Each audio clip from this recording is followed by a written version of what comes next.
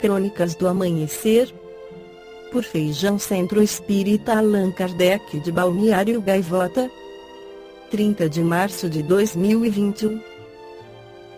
Pandemia de Covid. Por que há tantas teorias da conspiração sobre o coronavírus?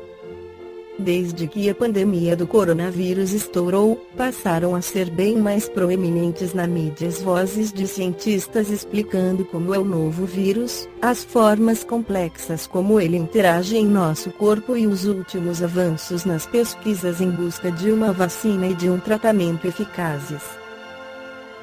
No entanto, o acesso fácil e principalmente de graça a informações científicas confiáveis, explicadas em termos simples, não tem sido suficiente para impedir a proliferação de teorias da conspiração que não têm qualquer base científica.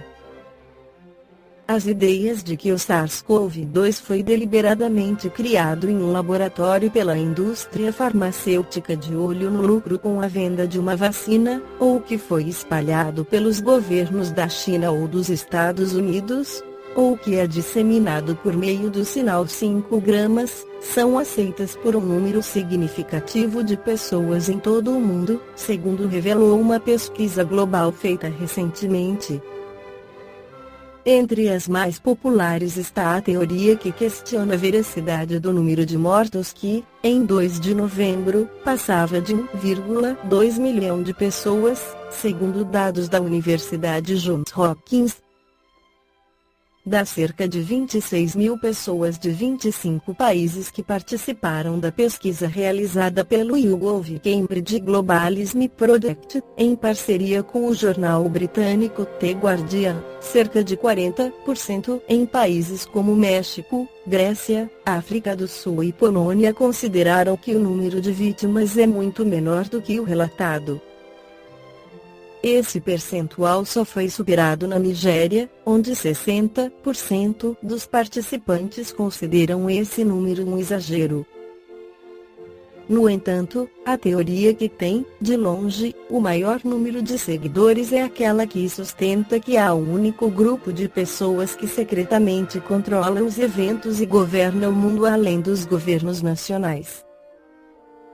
Essa ideia, indica a pesquisa, foi classificada como definitiva ou provavelmente verdadeira por 78% dos nigerianos, 68% dos sul-africanos, 55% dos espanhóis, 47% dos poloneses, 45% dos italianos, 37% dos americanos, 36% dos franceses e 28% dos britânicos entrevistados.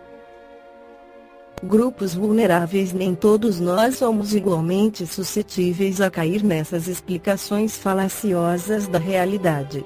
Os jovens tendem a acreditar mais do que os mais velhos nas teorias conspiratórias.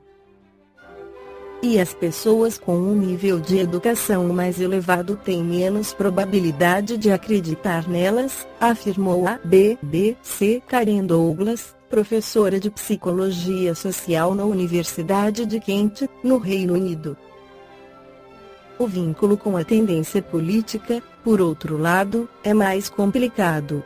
Pessoas nos extremos tanto à direita quanto à esquerda tendem a acreditar fervorosamente nelas, ao contrário da ideia geral de que as teorias da conspiração são domínio da direita, diz Douglas.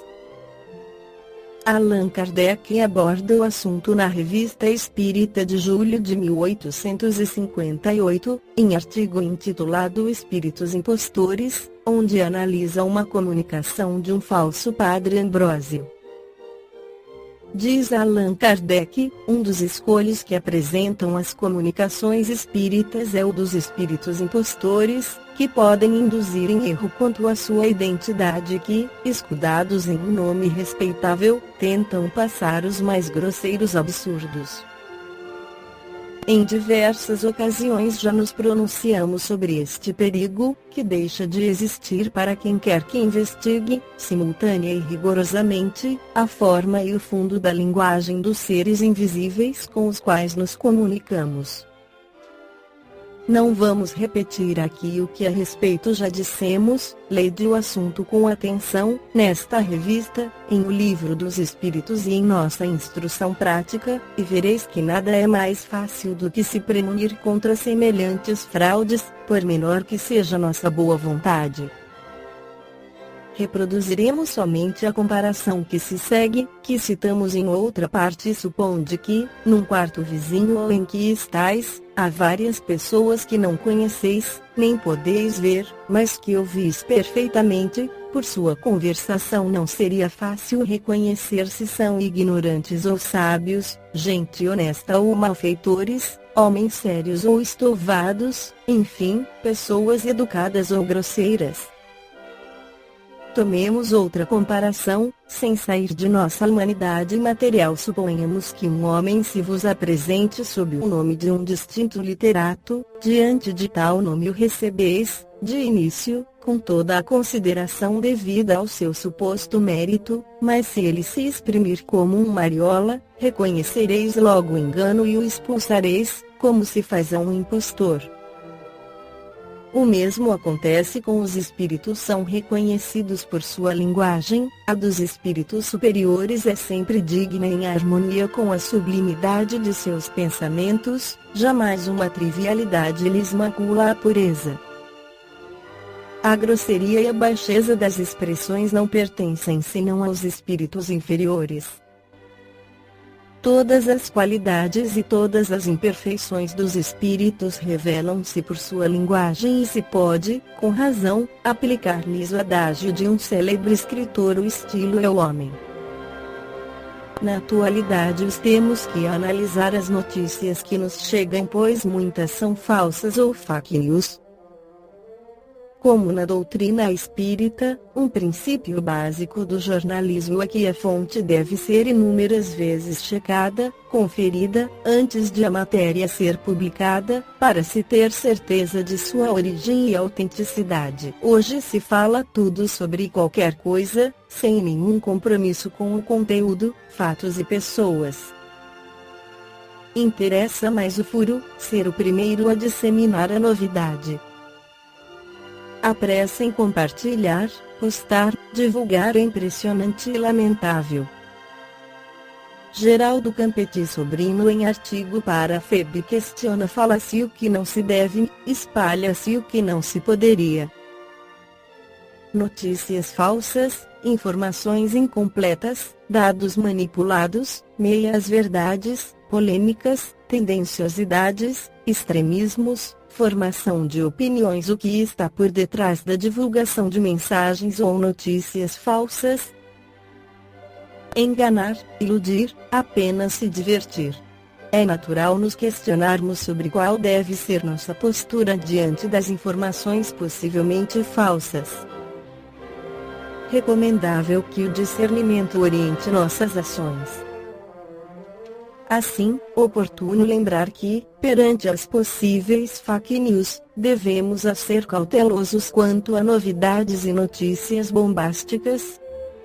B. Adotar a dúvida, como segurança informacional, sem julgamentos. C. Levantar rigorosamente a fonte da informação. D. Avaliar se o conteúdo é verdadeiro, bom, útil e pertinente, e evitar retransmitir conteúdos duvidosos ou suspeitos por quaisquer meios nas redes sociais: Facebook, Twitter, WhatsApp, e-mail, textos, palestras, conversas, dentre outros. Lembremos-nos de que somos divulgadores, influenciamos e somos influenciados o tempo todo na vida. E, consequentemente, somos responsáveis pelos nossos pensamentos, palavras e ações onde estivermos e aonde formos. Pensemos no bem. Falemos sobre o bem. Hajamos no bem. Assim, o mundo será melhor para todos nós. Esta foi a crônica do amanhecer de 30 de março de 2021. Por Feijão Centro Espírita Allan Kardec de Balneário Gaivota. Que a paz esteja com todos.